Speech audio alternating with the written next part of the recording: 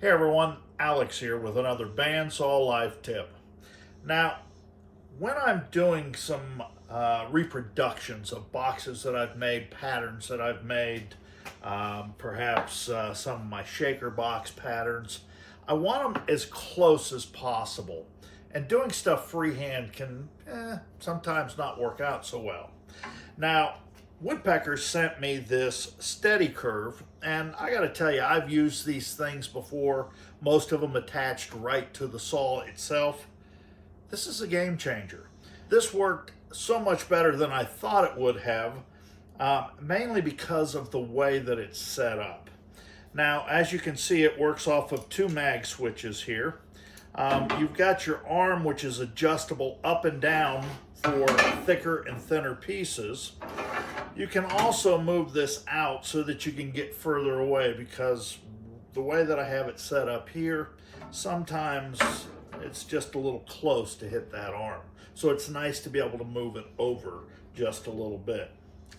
Now, I've got the larger of the two adapters on here, and it does have a smaller one, which I'll show you here in just a moment. This is the one that I'm using for 3/16. This is the one that I'll be using for the 1/8. All right, now for this cut, actually I have several patterns that I'm going to cut here, but I've got my stabilizer, the CTR1, which is the adapter for the Carter kit on this particular saw, and I'm using a 3/16 4 TPI blade. Now, the adapter is for 1/4, which seems like it would fit just fine. I prefer the 3/16. It gives me just a little bit more tighter radius than a 1/4 would. Now, I've got it set up so that basically these tips, where they're perfectly square to the blade. That's really important. And the reason I say that, and I'm going to show you a couple of cuts here when I'm doing this, when you're cutting, you want to make sure that you're touching both of those points. If you're touching both of those points during the curve, straight cuts, it's going to give you a much more accurate cut. And I was amazed at how well these patterns turned out just by making sure that I touched both of those so that they were perfectly square to the blade. All right, now some of the patterns that I have here today, I've made before. Simple little apple box. So I'm just going to use the lid as a pattern. You know, having the plastic patterns is really handy.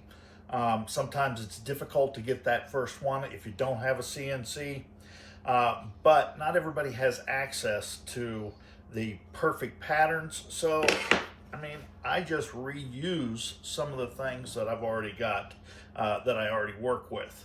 So again, I've got my apple box here, my shaker box pattern.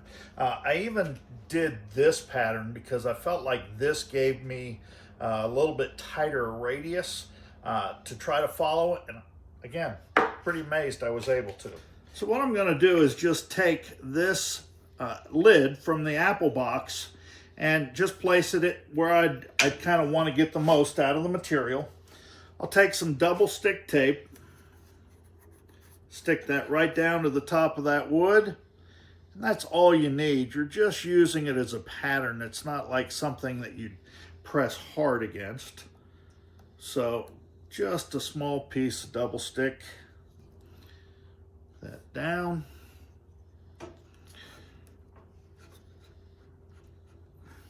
And we should be good to go.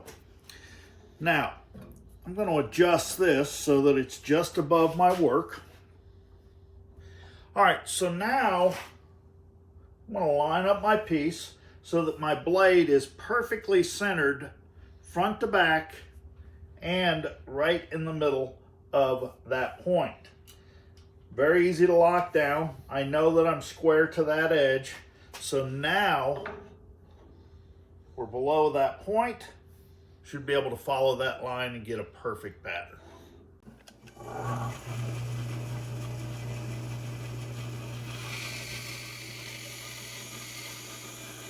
As long as the wood is touching both the front and the back of that,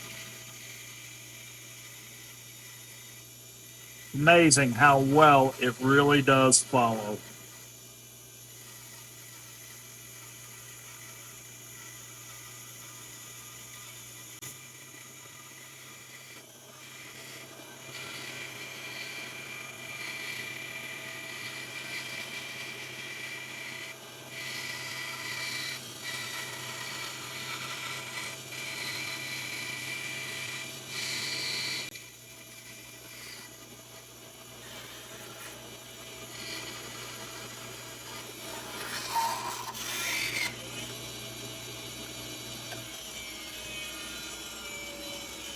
Just like that.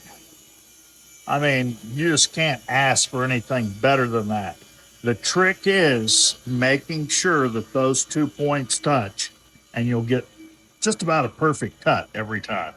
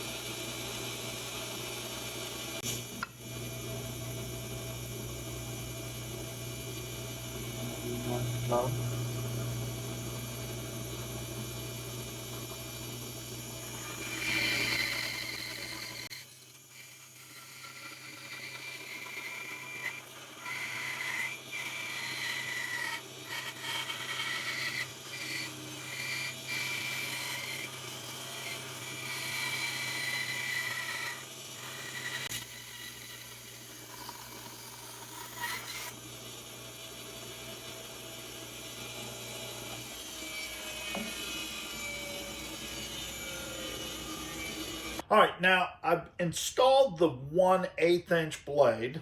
I'm using the 1/8 inch guide, and I actually flipped this upside down so that I could get closer because the material is thinner. So it needs to be able to go down low enough. So all I did was just flip that over. I'm just above my work. I'm at guide height. Let's see how it does.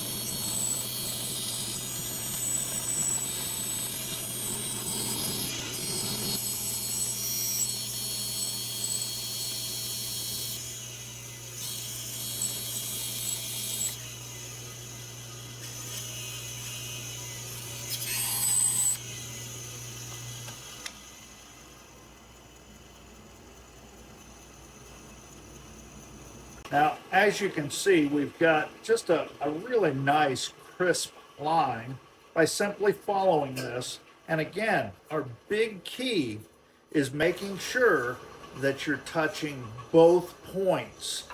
And it seems to track just perfectly.